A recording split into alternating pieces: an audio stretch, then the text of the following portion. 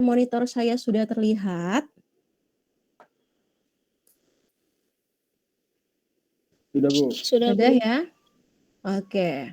Nah, saya langsung masuk saja nih ke materi kita, Pancasila sebagai sistem filsafat ya. Oke, siapa di kelas ini yang sudah pernah mendengar istilah filsafat?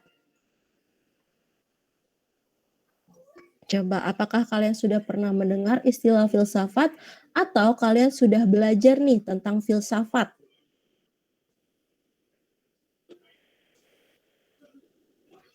Ayo, Alapan bagaimana ini?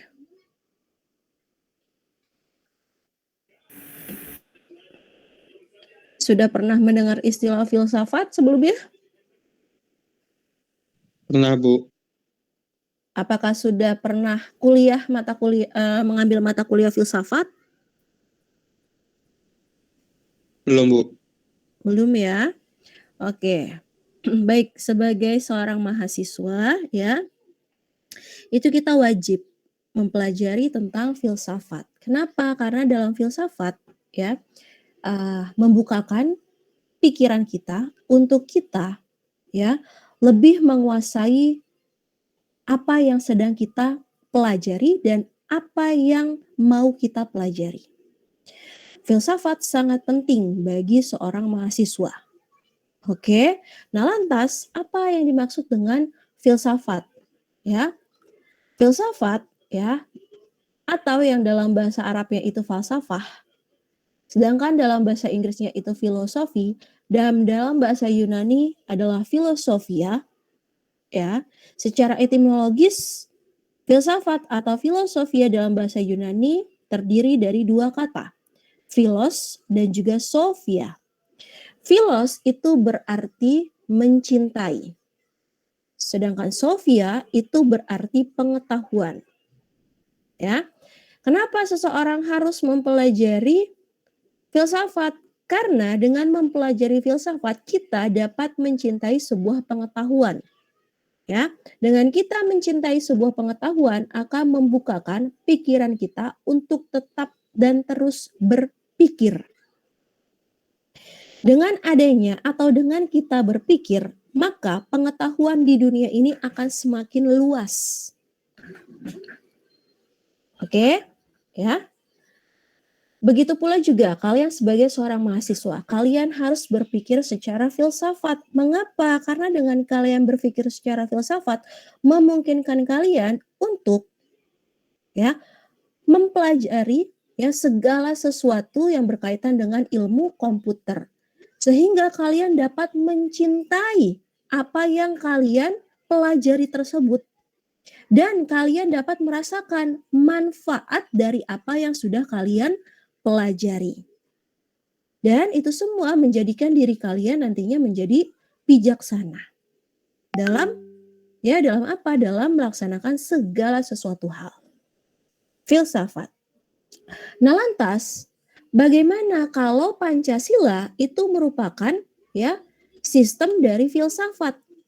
Nah, Pancasila sebagai sistem dari filsafat ya artinya ya adalah Pancasila ya mempunyai sebuah fungsi, yakni adalah sebagai pedoman, sebagai pegangan ya dalam kita manusia ya atau warga negara Indonesia untuk bersikap, bertingkah laku dan melakukan sebuah perbuatan. Entah itu yang kita laksanakan sebagai seorang individu atau ketika kita melaksanakannya sebagai seorang masyarakat. Oke, di mana apabila seseorang sudah menjadikan Pancasila sebagai sebuah sistem filsafat, dia akan melakukan yang namanya kegiatan berpikir secara menyeluruh tentang apa yang akan ia lakukan, tentang apa yang akan ia laksanakan. Agar apa? Agar tidak menyalahi Pancasila. Kenapa? Karena kalau menyalahi Pancasila, ya ada hukum yang berlaku dan mengikat di Indonesia berupa hukum pidana, hukum perdata, dan juga hukum sosial dari masyarakat tentunya, yang membuat orang tersebut akan mengalami yang namanya kerugian sendiri. Oke. Nah, Pancasila sebagai suatu sistem filsafat, ya, apabila kita tahu nih Pancasila ya sebagai sebuah sistem filsafat, kita tahu kan ada 5 sila dalam Pancasila. Ya, semua silanya itu berbeda-beda satu dengan lainnya. Sila pertama isinya apa? Coba bunyi sila pertama apa? Ketuhanan yang Maha Esa. Ketuhanan yang Maha Esa, Oke, 2, kemanusiaan yang adil dan beradab, 3, Persatuan Indonesia. yang keempat, Kerakyatan yang dipimpin oleh hikmat kebijaksanaan dalam permusyawaratan perwakilan. yang kelima, Keadilan sosial bagi seluruh Indonesia. rakyat Indonesia. Oke, luar biasa sekali ya kelas ini ya. Hafal nih Pancasila, berarti ya tahu tentang Pancasila. Ya, bahwasanya ketika seseorang menjadikan Pancasila sebagai sistem filsafat, dasarnya adalah kita tahu dulu nih Pancasila itu butir pertama sampai dengan butir kelima apa saja. Ketika tadi kalian menyebutkan sila pertama sampai dengan sila kelima, itu semua beda kan? Yang pertama tentang ketuhanan, yang kedua tentang kemanusiaan, yang ketiga tentang persatuan, yang keempat tentang kerakyatan. Ya, dalam hal ini bisa pemerintah, bisa individu sebagai sebuah pemegang tanggung jawab, mufakat, demokrasi, sila keempat. Dan sila kelima adalah tentang keadilan. Ya. Apabila seseorang menjadikan Pancasila sebagai sistem filsafat, walaupun ya 5 butir dalam Pancasila itu berbeda-beda, tetapi ya ia akan memaknainya sebagai sebuah kesatuan yang tidak dapat dipisahkan antara sila pertama, kedua, ketiga, keempat, dan kelima. Bahkan ya ketika seseorang tersebut melakukan sebuah tindakan ya, apabila memang ia nih sudah menjadikan Pancasila sebagai sebuah sistem filsafat, maka ya secara tidak langsung ya tindakan yang dilakukan oleh orang tersebut sudah mengikuti 5 sila sekaligus apabila tindakannya positif. Tapi apabila tindakan yang dilakukannya itu adalah tindakan yang negatif, maka ia akan secara langsung menyalahi aturan dari 5 sila tersebut. Nah, sekarang ya, bagaimana nih contohnya? Ya, tadi kan saya bilang, sebuah perbuatan kita yang positif itu secara tidak langsung ya, langsung mengimplementasikan 5 sila dalam Pancasila. Coba kalian bisa tidak memberikan sebuah contoh tindakan kalian ya yang secara tidak langsung tindakan yang kalian telah lakukan ternyata sudah mengimplementasikan dari 5 butir sila dalam Pancasila. Silakan.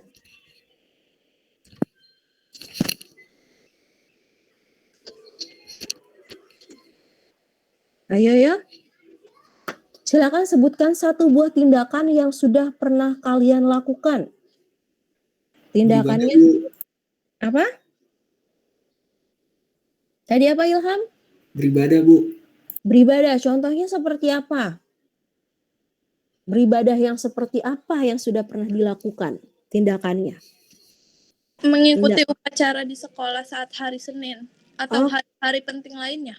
Oke, kenapa tindakan upacara tersebut ya mengimplementasikan 5 sila sekaligus? Coba.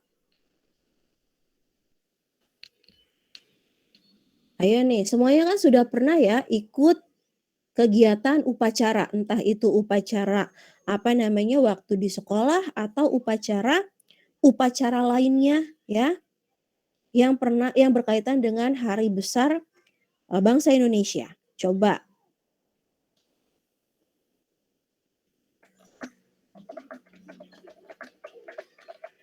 Coba nih dari kegiatan upacara ya.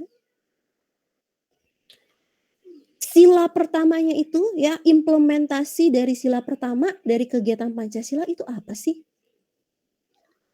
Coba. Ada yang tahu?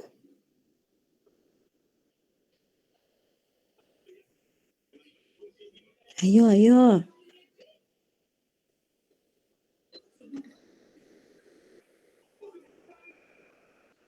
Ayo mana nih?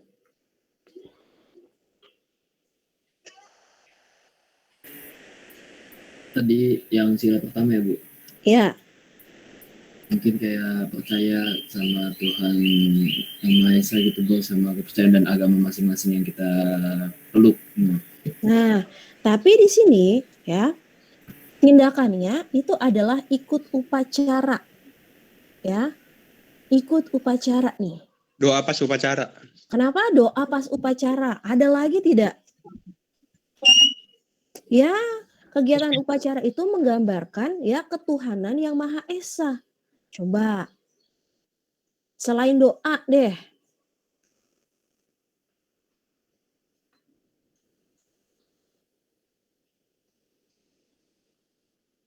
Gimana tadi Bu? Ayo. Dari kegiatan upacara nih setiap hari Senin yang pernah kalian lakukan. Ya.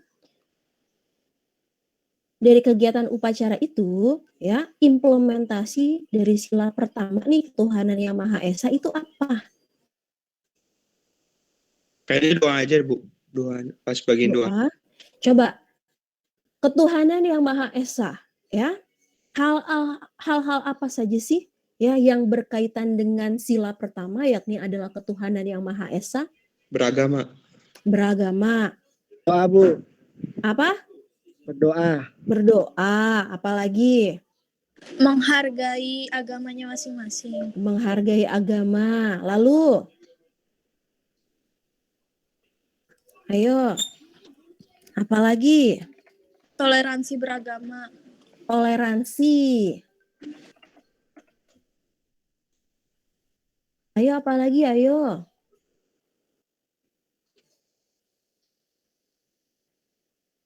Ayo. Apalagi nih?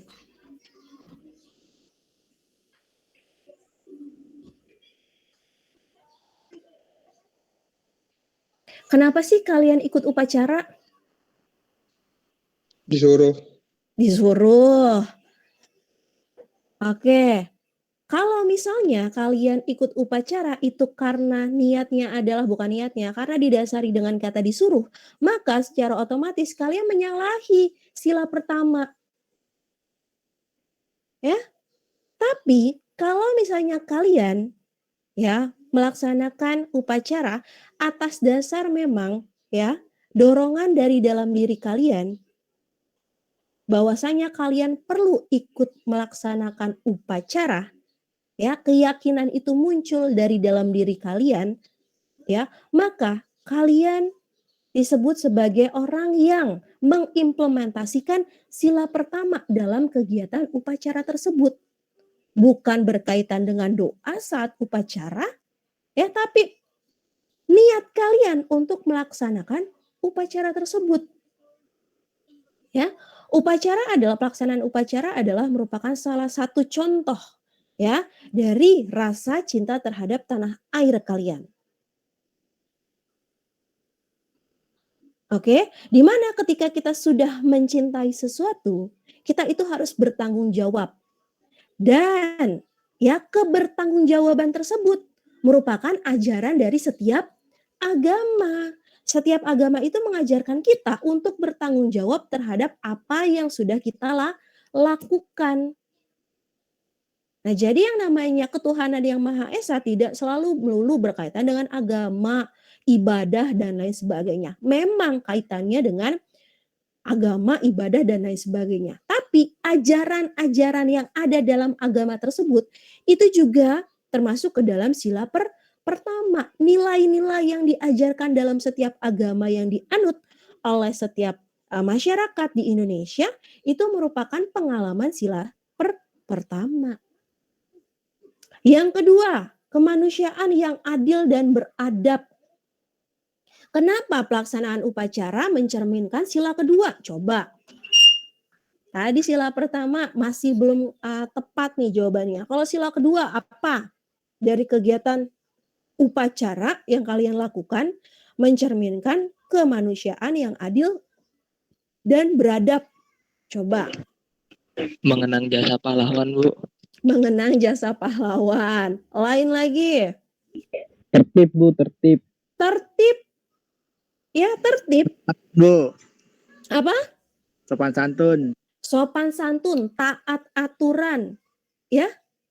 Ketika kita melaksanakan upacara dengan tertib, santun, taat pada aturan, ya, tidak mengganggu jalannya upacara, maka kita sudah mengimplementasikan sila kedua. Ya, bahwasanya kita menjadi manusia yang beradab. Ya, dan kita adil terhadap apa? Terhadap pelaksanaan upacara yang dilakukan oleh rekan kita lainnya. Kita tidak mengganggu. Adil terhadap diri sendiri dan adil terhadap orang lain. Persatuan Indonesia. Coba apa nih implementasinya dari kegiatan upacara terhadap Barisnya dipatuin. barisnya Barisnya patuh kan tadi udah. Patuh kan sila kedua. tidak dibeda-bedakan maksudnya, Bu. Baris Nah, enggak betul ya. gitu. Betul sekali. Oh, mentang-mentang nih di sekolahnya Aldira, ya. Ya, suku Jawa barisnya di sebelah kanan. Yang orang Batak misalnya karena dia badannya kuat-kuat, yang nggak ada nggak ada bayangan-bayangan pohon, jadi biar kepanasan. Ya, dibedakan. Tidak. Dalam kegiatan pelaksanaan upacara, semua ya yang berlatar belakang berbeda, semua tetap sama. Yang membedakan hanya ya barisannya. Yang kalau di upacara itu kan yang badannya agak tidak tinggi ditaruh di depan. Yang tinggi di belakang. Itu kan dengan maksud bahwasanya tidak menghalangi pandangan. Selebihnya tidak ada perbedaan ya perlakuan ketika dilaksanakan upacara. Dan itu merupakan suatu perwujudan dari persatuan Indonesia. Sekarang kerakyatan yang dipimpin oleh hikmat kebijaksanaan dalam permusyawaratan perwakilan. Apa nih implementasinya? Ayo.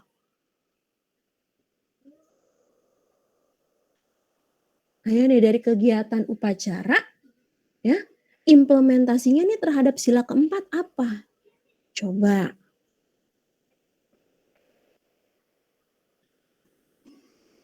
Ayo, ada yang tahu? Silakan nih, kalian kan sering sekali ya melaksanakan kegiatan upacara. Nah, kegiatan upacara yang kalian lakukan, ya implementasinya terhadap sila keempat itu apa sih? Atau urgensinya terhadap sila keempat itu apa sih? Coba siapa yang bisa silakan. Ayo.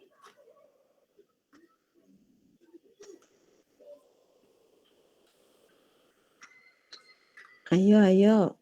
Kerakyatan yang dipimpin oleh hikmat kebijaksanaan dalam permusyawaratan perwakilan. Nah, ayo. Sila keempat itu isinya tentang apa saja sih?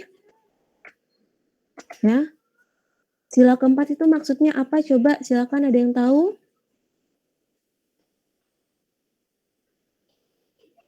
Saling Ayo. menghargai antar sesama, Bu. Saling menghargai, bukan. Tidak boleh memaksakan kehendak, Bu. Dalam bentuk apa nih? Kok upacara tidak memaksakan kehendak? Coba. Kalau sakit ya nggak usah ikut nggak apa-apa. Oke. Ya, lanjut lagi. Kebijaksanaan yang tadi. Ya, kebijaksanaan dari mana? Dari pihak penyelenggara. Penyelenggara upacara itu sendiri. Bahwasanya apabila memang dalam kondisi tertentu ada orang ya atau ada peserta upacara yang tidak dapat mengikuti upacara karena satu dan lain hal, tidak boleh dipaksakan. Sakit, ya, atau mungkin tidak sakit tapi badannya merasa tidak enak, lelah, ya. Itu merupakan satu wujud dari sila keempat dari pelaksanaan upacara. Ada lagi tidak coba kerakyatan yang dipimpin oleh hikmat kebijaksanaan dalam permusyawaratan perwakilan. Hasil musyawarah mengutamakan kepentingan bersama. Nah iya, tapi dikaitkan nih dengan kegiatan upacara. Pernah tidak kalian menjadi ya orang yang apa ya namanya itu ya pelaksana upacara, bukan sebagai orang yang apa sih namanya ya saya Petugas. Petugas upacara. Ya, ketika kalian melaksanakan upacara, kalian bertindak sebagai petugas, ya. Itu merupakan salah satu wujud dari sila keempat. Apa? Kenapa dipilih? Ya, ada proses pemilihan, ada proses latihan di dalamnya. Nah, itu merupakan salah satu wujud dari sila keempat. Ya. Yang terakhir, ya, implementasi kegiatan upacara dengan sila kelima. Coba. Keadilan sosial bagi seluruh rakyat Indonesia. Nah, coba. Maknanya apa sih keadilan sosial bagi seluruh rakyat Indonesia? Coba, ada yang tahu tidak?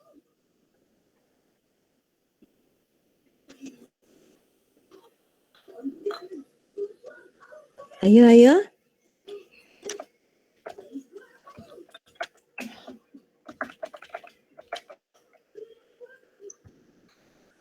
Silakan ayo, makna dari sila kelima itu apa sih?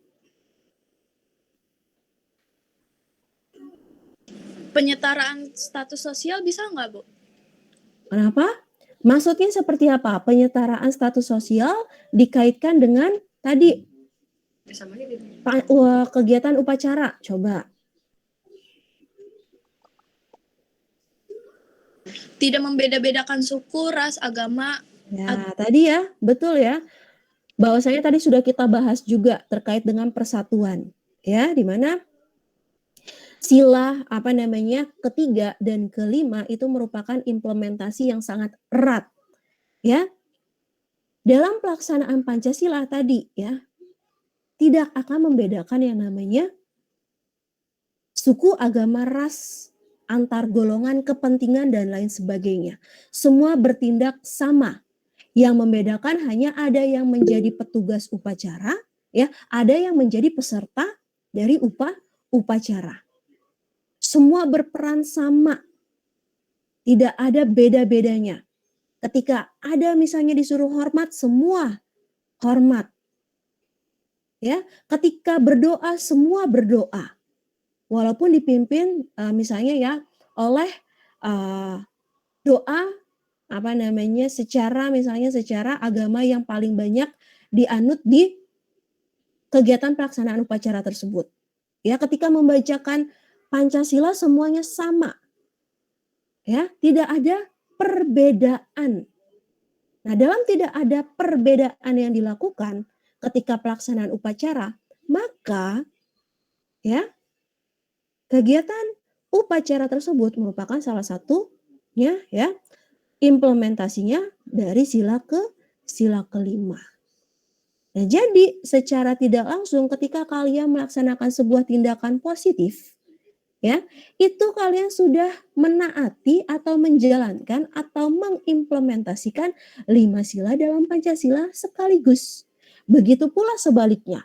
Kalau kalian melakukan sebuah perbuatan yang negatif, tercela, tidak baik, maka 5 sila akan kalian ya hianati secara bersamaan sila-silanya. Ya, jadi secara tidak langsung nih, walaupun kalian notabene ya cuek, bebek terhadap Indonesia, tetapi ketika kalian sudah melaksanakan sebuah kegiatan, ya, tahu-taunya kegiatan kita ya sudah kita implementasikan dengan 5 sila dalam Pancasila sekaligus. Oke, sampai di sini apakah ada pertanyaan? Silakan. Pancasila sebagai sistem filsafat. Ya. Ambil saya mau absen nih kelas. Ini banyak yang ikut ini ya, apa namanya? MBKM nih. Ada tambahan nggak nih kelas ini yang ikut MBKM yang baru? Kan ada MBKM baru nih. Ada lagi nggak nih? Belum dapat laporan saya. Saya absen ya, saya panggil satu-satu, silakan sebutkan hadir bagi yang namanya saya panggil. Yang pertama, Ahelmi. Hadir, Bu. Lanjut ke Abid.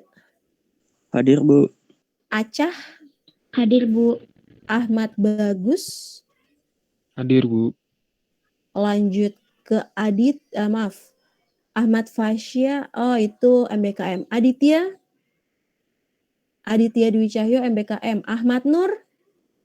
Hadir, Bu. Lanjut ke Aja Duriga. Hadir, Bu. Aldiansyah. Hadir, Bu. Aldira. Hadir, Bu. Lanjut ke Alif. Hadir, Bu. Lanjut ke Amanda. Hadir, Bu. Lanjut ke Ana. Hadir, Bu. Anggoro. Anggoro ada Anggoro. Anggoro Laksono. Hadir, Bu. Lanjut ke Hadir. Anissa Rahma. Hadir, Bu. Anggoro hadir. Anissa Rahma. Anissa Rahma.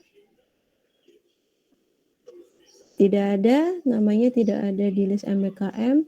Lanjut ke Arif Surya. Hadir, Bu. Lanjut ke Arya Chandra. Hadir, Bu. Aryo Seto. Hadir, Bu. Azhar. Hadir, Bu. Dava. Hadir, Bu. Lanjut ke Deril. Deril namanya nggak ada di list MBKM nih. Nggak hadir ya. Dava tadi hadir, Deril tidak hadir. Dimas Permadi. Hadir, Bu. Lanjut ke Eko Fani. Eko Fani ada? Kali aja. MBKM, Bu, dia, Bu. Hah? Eko Fani MBKM namanya nggak ada nih. Faiz, kalau Faiz ada nggak nih? Hadir, Bu. Siapa itu yang bilang hadir? Deril. Deril. Iya. Sorry, Bu, tadi habis dari toilet. Tunggu ya sebentar. Deril hadir. Lanjut ke tadi sampai Faiz hadir ya Faiz ya. Hadir, Bu. Gilang MBKM. Gladys. Hadir, Bu. Gladys hadir. Guru. Hadir, Bu. Haikal MBKM. Hana MBKM. Ilham. Hadir, Bu. Irfan. Hadir, Bu. Jason. Apakah ada Jason? Namanya tidak ada di... Oh, ada nih di list MBKM. Jason MBKM. Kevin MBKM nggak nih? Coba nih. Nggak ada tapi ya Kevin. Oh, Kevin Farel. Oh ya betul, MBKM. Lutfi. Hadir, Bu. Lanjut ke Marsyanda. Hadir, Bu. Muhammad Holik. Ada nggak nih? Atau MBKM? Muhammad Holik MBKM. Muhammad Habib MBKM. Muhammad Abi. Ada nggak Muhammad Abi? Hadir, Bu. Hadir ya. Muhammad Raihan. Hadir. Muhammad Raihan. Muhammad Rizky. MBKM. Naufal. Hadir, Bu. Nurul Zahra. Nurul Zahra. Tidak ada. Lanjut ke Oktaviani. Hadir, Bu. Okto. Hadir, Bu. Otniel. Hadir, Bu. Raffi Kahfi. Hadir, Bu. Rajendra MBKM. Rainaldi. Hadir, Bu. Hadir. Rainanda. Hadir, Bu. Lanjut ke Rifki Hamdani. Hadir, Bu. Lanjut ke Rues. Hadir, Bu. Rizky Saputra. Hadir, Bu. Hadir, Bu. Oke, Taufik. Hadir, Bu. Wildan. Hadir, Bu. Zaki Ahmad. Hadir, Bu. Zaki Firdaus MBKM. Zifani. Namanya salah lagi. Zidanifa. Zidanifa ada nggak Zidanifa? Oh, MBKM. Oke, siapa yang merasa belum saya panggil namanya? Silakan. Saya, Bu. Noval Siap. Albari. Naufal Albari. Albari ya, ada kok hadir. Siapa lagi? Sudah semua? Yang tidak hadir berarti tunggu sebentar. Nurul Zahra. Ya, cuma satu nih yang nggak hadir. Sama Anissa Rahma. Tidak ada ya. Nurul Zahra, Anissa Rahma, tunggu dulu. Berarti MK. Nggak ada. Oke, baik. Oke. Untuk kelas F1A8, apakah ada pertanyaan nih terkait dengan materi ketiga kita, Pancasila sebagai sistem filsafat? Silakan. Tidak ada? Tidak ada, Bu. Oke, kalau tidak ada untuk pertemuan hari ini belum ada kuis ya. Untuk kuis minggu lalu nanti akan segera saya koreksi ya. Karena baru satu kelompok saja yang saya koreksi. Oh, Anissa Rahma baru hadir nih.